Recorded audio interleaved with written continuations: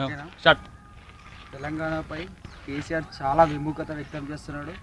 తెలంగాణకు రాకపోవడానికి మొదటి కారణం కాంగ్రెస్ కాదు, కేసీఆర్. మాకు కేసీఆర్ వద్దు, మాకు తెలంగాణ కావాలి. మరి మీరు కేసీఆర్ మీద పోరాడొచ్చు కదా. కేసీఆర్ మీద పోరాడాలంటే ఇప్పుడు ప్రధాన ప్రతిపక్షంగా టీఆర్ఎస్కి తెలంగాణలో మద్దతు ఇస్తున్న ఏకైక పార్టీ అంటే ఒక టీఆర్ఎస్ఏ. అందరు తెలంగాణ టీఆర్ఎస్ అంటే తెలంగాణ రాష్ట్ర సమితి కాబట్టి అందరూ దానికి మద్దతు ఇస్తారని అనుకుంటున్నారు. కానీ అసలు అక్కడ మోసం జరుగుతుంది అనేది పైకి చాలా మాట్లాడుతున్నారు. కానీ మొన్న ఢిల్లీలో కూడా వాడు తెలంగాణ కోసం అసలు పోలేడు, వాడు లబ్ధి కోసం వెళ్ళాడు. మరి మీరు ప్రజల్లో కేసీఆర్ మీద ఆపోజిట్గా ఉద్యమం చేయవచ్చు కదా. కేసీఆర్ మీద అంటే ఇప్పుడు తెలంగాణ మొత్తం టీఆర్ఎస్ ఉండి మొత్తం వాళ్ళే చేస్తుంటే మనం వాళ్ళకి అపోజిట్గా చేస్తే ఏం బాగుంటుంది? వాళ్ళు సపోర్ట్ ఇస్తున్నారు అనుకోని మనం ఇస్తున్నాం. కానీ ఇప్పుడు ప్రధానంగా చెప్పాలంటే తెలంగాణకు సపోర్ట్ ఇస్తుంది టీఆర్ఎస్ఏ, ఇంకే పార్టీ ఇస్తారు. మరి మీ మేధావులు రాజకీయాలకు రావచ్చు కదా. మేము మేధావులం ఎలా అవుతాం? మేము సామాన్యులం ప్రజలం మేము రాజకీయాల కోసం మాకు అంత పలుకుబడి పేరు కూడా లేదు. దాన్ని తొక్కేస్తున్నారు మా అందుకే మేము దీనివల్ల చాలా తెలంగాణ అంటే కేసీఆర్ అంటే తెలంగాణ అంటున్నారు. దానివల్ల మీ ప్రయోజనం ఏంటి? తెలంగాణ అంటే కేసీఆర్ అంటే తెలంగాణ అంటున్నారు. దానివల్ల చెప్పండి కొంచెం. కేసీఆర్ వల్ల ఏది కాదు. 650 విద్యార్థుల మరణాలకు ఏకైక కారణం ఈ కాంగ్రెస్ ప్రభుత్వం. ఈ చేతగాని దద్దమ్మ సన్నాసుల కాంగ్రెస్ ప్రభుత్వం. అంటే పైసల కోసమే కేసీఆర్ తెలంగాణ ఎవరి సొత్తు అండి చెప్పండి. తెలంగాణ ఎవడబ్బా సొత్తు కాదు. తెలంగాణ 4.5 కోట్ల తెలంగాణ ప్రజల ఆకాంక్ష. తెలంగాణలో కాకుండా తెలంగాణలో ఉన్న సీమాంధ్రులు కూడా ఈరోజు తెలంగాణను కోరుకుంటున్నారు. దీన్ని మేము చాలా అడ్వాంటేజ్గా తీసుకుంటున్నాము. ఎట్టి పరిస్థితుల్లో సకల జనుల సమ్మెను ఆపేది లేదు. 600 ఆర్టీసీ మా విద్యార్థులు స్కాలర్షిప్లు రాకపోని, ఫీ రియంబర్స్మెంట్ ఇవ్వకపోని, ఆఖరికి విద్యా సంవత్సరం కోల్పోని మేము ఎట్టి పరిస్థితుల్లో తెలంగాణ రావాలి.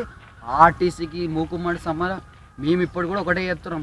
కాంగ్రెస్ మూకుమ్మడి రాజీనామాలు ఎప్పుడు సమర్పిస్తారో అధిష్టానానికి, ఆ స్పీకర్ ఎప్పుడు ఆమోదిస్తారో, ఎప్పుడు రాజ్యాంగ సంక్షోభం వస్తుందో అప్పుడే తెలంగాణ వస్తుంది తప్ప. మరి మీరు ఇలాగే సమ్మె కొనసాగిస్తే ప్రజల వ్యతిరేకత పుట్టుకొస్తుంది కదా. ప్రజల వ్యతిరేక వస్తుందండి. మనం చూస్తున్నాం 2009 ఫస్ట్ కేసీఆర్ దీక్ష చేసినప్పటి నుంచి చూస్తున్నాము.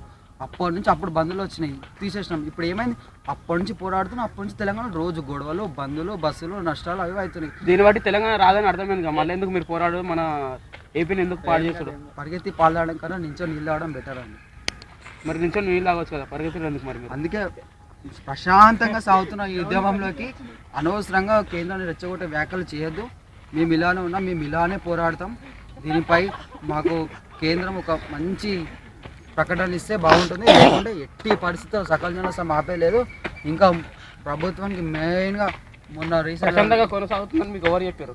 ప్రభుత్వం చాలా ఆఫీసులు కదా, రోడ్ల నుంచి పోతుంటే ఎట్లా ఏది ఉంది పరిస్థితి ఎట్లుందని ఆఫీస్ ఇబ్బంది పడతారండి తెలంగాణ ప్రజలు. ఇదంతా ఎవరి కోసం? సామాన్యుడిగా తెలంగాణ ప్రజల కోసం మాత్రం కాదు, రాజకీయ నాయకులకైనా అందరూ ప్రజలు అనుకుంటున్నారు. రాజకీయ నాయకుల లబ్ధి కోసమే. కానీ ప్రజలు ఇబ్బంది పడుతున్నారు, అది కూడా నిజమే. కానీ కొన్ని రాళ్ళు పడవాలండి, తప్పదు.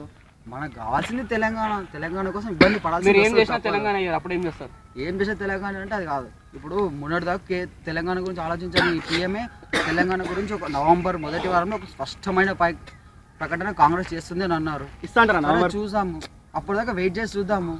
ఇప్పుడు విద్యార్థులే ఆత్మహత్యలు చేసుకుంటారు. మీ మేధావులు రాజకీయ నాయకులు ఎందుకు ఆత్మహత్యలు చేసుకోరు? రాజకీయ నాయకులు వాళ్ళ కొడుకులు ఎందుకు చేసుకుంటారు?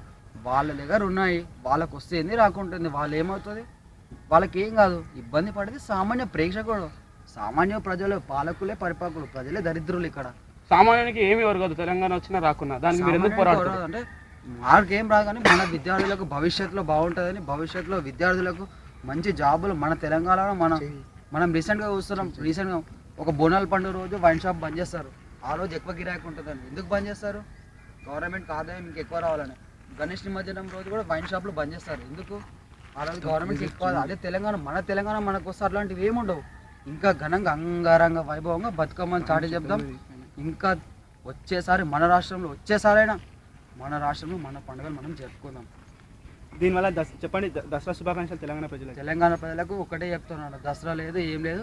తెలంగాణ వచ్చే వరకు ఇదే అంతిమ పోరాటం. మరి మీరు దసరా చేసుకోరా? మీ ఇంట్లో? మేము కూడా చేసుకోవట్లేదు. అందుకే మేము ఈరోజు ఇంట్లో చికెన్ కూడా తెచ్చుకోవట్లేము, ఏం వండుతలేదు. గురువారం తెచ్చుకోవట్లేదు.